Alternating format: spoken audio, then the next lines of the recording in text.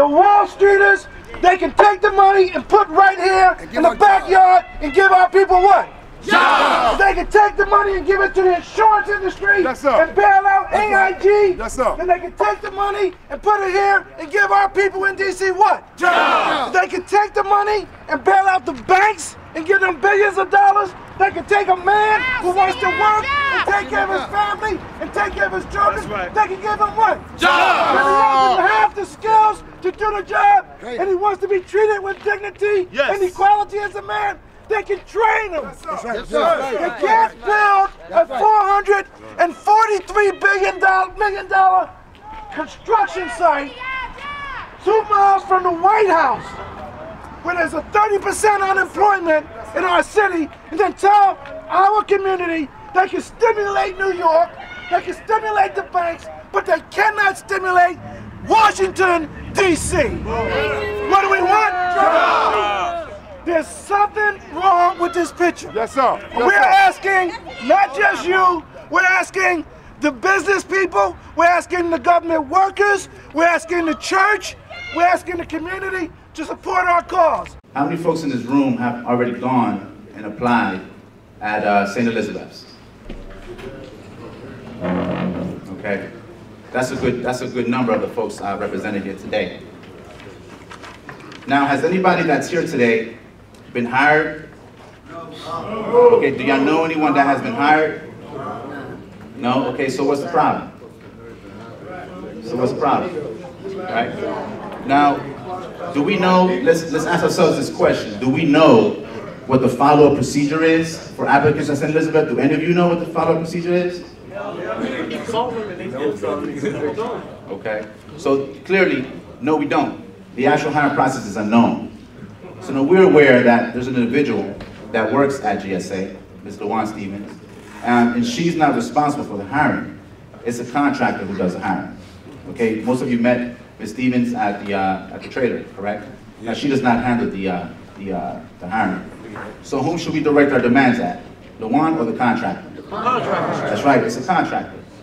And I want to tell you today, you are the vanguard of this movement. And when I talk about being the vanguard, I'm talking about you in front. That means you can't get discouraged. You know, you can't let nobody say, hey, it ain't going to work. It will work. History verifies that. Dr. King started marching, protesting in the South because we couldn't eat besides some other folks. We couldn't work besides some other folks. But it worked. And this right here worked also. You have to be consistent. When the call go out, you got to respond.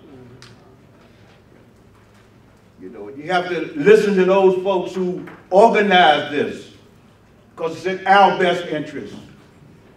You know, they discriminate against men and women who've been in prison based on record. When I ride through the city, you know, and then they say we're not qualified. When I ride through the city, I see folks digging ditches, shoveling dirt. What kind of qualifications do you have to have for that? Can somebody tell me? You know, at the last march, you know, the guy that headed the Department of Transportation here in D.C. said, they right. He said, but, you know, you got to show folks how to work on bridges. And when I rode through the city this afternoon, I saw him out there shoveling dirt. Open that gate! We want jobs! Open that gate! We want jobs! Open that gate! We want jobs! Open that gate! What do we want? Jobs! Who do we want? Now! Jobs! What do we want? Jobs! What do we want? Now! What do we want? Now! What do we want?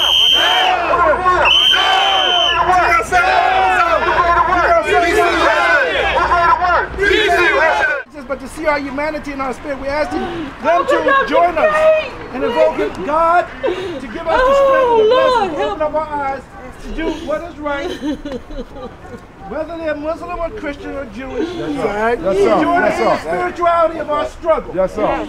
And we ask you to pray in your silent way as we struggle here for jobs. I've got to see you. Let the light shine down on me. When the day breaks and the sky is changing colors into something